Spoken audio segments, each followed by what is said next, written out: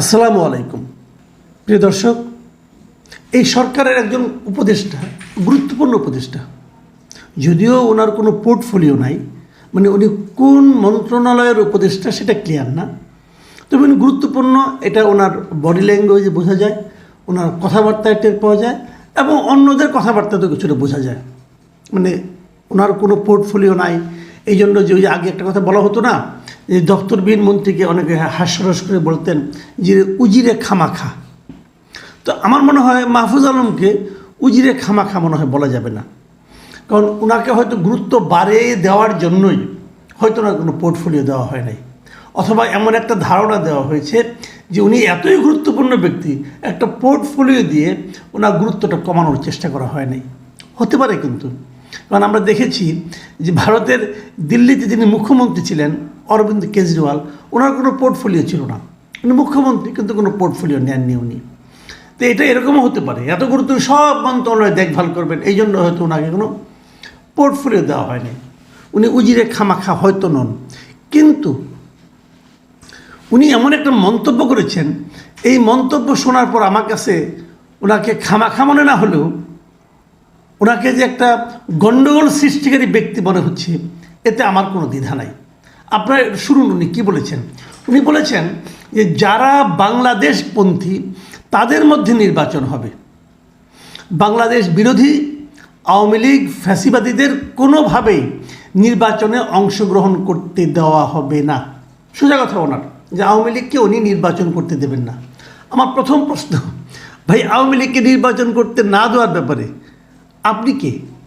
জনাব মাহফুজ আলম, আপনি কে? আপনি কি সরকার নাকি সরকারের একটা অংশ? আপনি কি সরকারের প্রধান ব্যক্তি? আপনাদের সরকারের যিনি প্রধান ব্যক্তি ডক্টর ইউনূস, উনিও তো কখনো বলেননি যে উনি আওয়ামী লীগকে নির্বাচন করতে দেবেন না। তাহলে আপনি কি করে দেবেন না? আওয়ামী লীগকে কি আপনারা নিষিদ্ধ করতে পেরেছেন? করেছেন? যে দল নিষিদ্ধ নয় সে দলকে আপনি নির্বাচন করতে দেবেন না, এটা কি আপনার দম্ভের ব্যাপার না? এটা আপনাকে দাম্ভিক ধরনের উক্তি করলেন না? এই দম্ভের উৎস কি? এই দম্ভ আপনি কীভাবে প্রয়োগ করবেন? এবং এই যে দাম্ভিকতা, এই যে স্বৈরাচারী আচরণ, এই আচরণ আপনাকে করার অধিকারটা কে দিল? আরেকটা কথা আপনি বলেছেন, সেটা হলো বাংলাদেশপন্থী যারা আছে তাদের মধ্যে নির্বাচন হবে। তার মানে আপনি ধরেই নিয়েছেন, বলেই দিয়েছেন যে আওয়ামী লীগ বাংলাদেশপন্থী নয়। আপনি কীভাবে প্রমাণ করবেন? আপনার এই কথা জনগণ মানবে কেন? জনগণ কেন বলবে যে আওয়ামী লীগ বাংলাদেশপন্থী নয়? আপনি আওয়ামী লীগকে একদম মন্দ রাজনৈতিক দল বলতে পারেন, আপনি আওয়ামী লীগের সর্বশেষ যারা নাকি নেতৃত্বে ছিল তাদেরকে স্বৈরাচারী বলতে পারেন, তাদের বিরুদ্ধে অভিযোগ তুলতে পারেন, সব পারেন আপনি, আমার কোনো আপত্তি নেই। কিন্তু আওয়ামী লীগ বাংলাদেশপন্থী নয় এই কথা বলার এখতিয়ার আপনাকে কে দিয়েছে, এবং আপনি কিসের উপর ভিত্তি করে এই কথাটা বললেন? যদি বাংলাদেশপন্থী অথবা বাংলাদেশপন্থী নয়, যদি এইভাবে যদি আপনি বিচার করেন, তাহলে বাংলাদেশের একমাত্র রাজনৈতিক দল যারা বাংলাদেশপন্থী ছিলেন না সেটা হলো জামাত ইসলাম। যখন বাংলাদেশের জন্ম হয় তখন বাংলাদেশের জন্মের তারা বিরোধিতা করেছেন, জামাত ইসলাম, আর কেউ না। বর্তমানে যে রাজনৈতিক দলগুলো আছে তার মধ্যে একমাত্র জামাতে ইসলাম বাংলাদেশের জন্মের সময় বিরোধিতা করেছিল, সেই সময় তারা বাংলাদেশপন্থী ছিল না। এখনকার কথা কিন্তু আমি বলছি না, এখন তারা বাংলাদেশের স্বাধীনতা সার্বভৌমত্বে বিশ্বাস করে, ঠিক আছে। কাজেই যদি আপনি অতীত কর্মকাণ্ডকেই বিচার করেন তাহলে তো এই ক্যাটাগরিতে জামাতে ইসলাম পড়ে, নট আওয়ামী লীগ। তাহলে আপনি কী করে বলেন? আপনি আবার বলেছেন একটা কথা, এই ভদ্রলোক আরের কথা বলেছেন, বিএনপি জামায়াত নির্বিশেষে যত রাজনৈতিক দল ছাত্র সংগঠন আছে, নারী শ্রমিক, নারী আলেম ওলামা আছেন, সবাই যারা বাংলাদেশপন্থী সবাই বাংলাদেশে থাকবেন, এবং এ নিয়ে সুষ্ঠু নির্বাচন প্রক্রিয়ার মধ্য দিয়ে তারা পজিটিভ একটি কম্পিটিশনের ভেতর দিয়ে বাংলাদেশের শাসন প্রতিষ্ঠা করবেন। এ হলো ওনার বক্তব্য। অর্থটা হচ্ছে যে এরা সবাই বাংলাদেশে থাকবেন, মানে আর কেউ বাংলাদেশে থাকবেই না। তাহলে যারা আওয়ামী লীগ করে তারা কেউ বাংলাদেশে থাকবে না? কত লোক আওয়ামী লীগ করে জানেন? কোনো ধারণা আছে আপনার? জীবনে কোনোদিন ইলেকশন করছেন? কোনো একটা পর্যায়ে, জীবনের কোনো একটা পর্যায়ে মাহফুজ আলম সাহেব আপনি ইলেকশন করেছেন?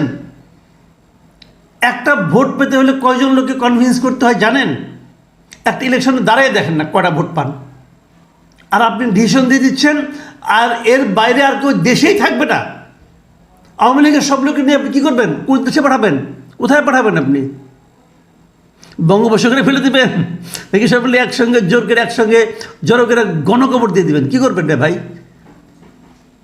আমার মাঝে মাঝে এই সমস্ত লোকের মানসিক সুস্থতা নিয়ে সন্দেহ হয়। ওনারা কি পাগল হয়ে গেলেন?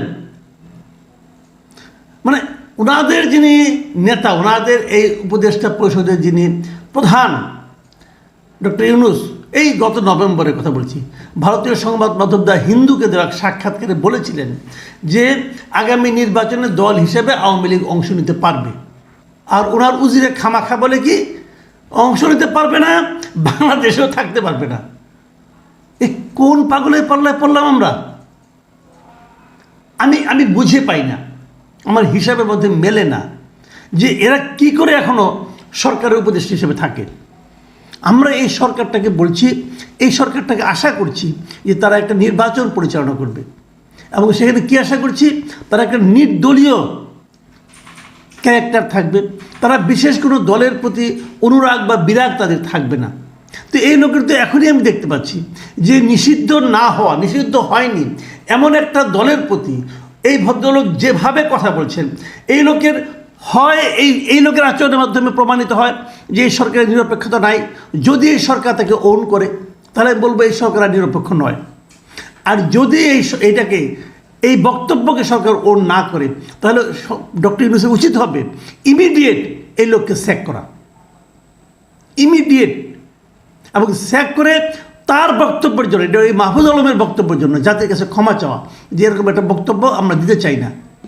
তা না হলে সরকারের শৃঙ্খলা থাকবে না, শৃঙ্খলা থাকে না। এইভাবে শৃঙ্খলা প্রতিষ্ঠিত হয় না। এইভাবে মানুষের মনে বিভক্তি তৈরি করে দিয়ে মানুষের মধ্যে একটা বিভেদ ছড়িয়ে দেওয়ার যে প্রবণতা, এই প্রবণতাকে দেশ গড়ার কোনো উদ্যোগ বলা যায় না।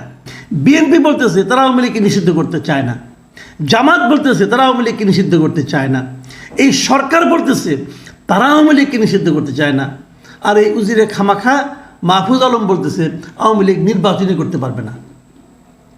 এটা কোনো গণতান্ত্রিক আচরণ হবে? একটা দল, যে দলকে সরকার নিষিদ্ধ করেনি, যে দলকে নির্বাচন কমিশন যার নিবন্ধন বাতিল করেনি, সেই দলকে আপনি নির্বাচন করতে দেবেন না, এটা শুনলে পৃথিবীর যে কোনো লোকই বলবে যে আপনার যে বড় স্বৈরাচার আর কেউ নাই। তো আমরা কি এক স্বৈরাচারকে বিদায় করে আরেক বড় স্বৈরাচারকে নিয়ে আসছি? প্রিয় দর্শক, আমরা এই ধরনের ছেলে মানুষের কথা যারা বলে তাদের ব্যাপারে এই সরকারকে এবং এই জাতিকে সতর্ক হওয়ার জন্য আহ্বান জানাচ্ছি। এখন এ পর্যন্তই।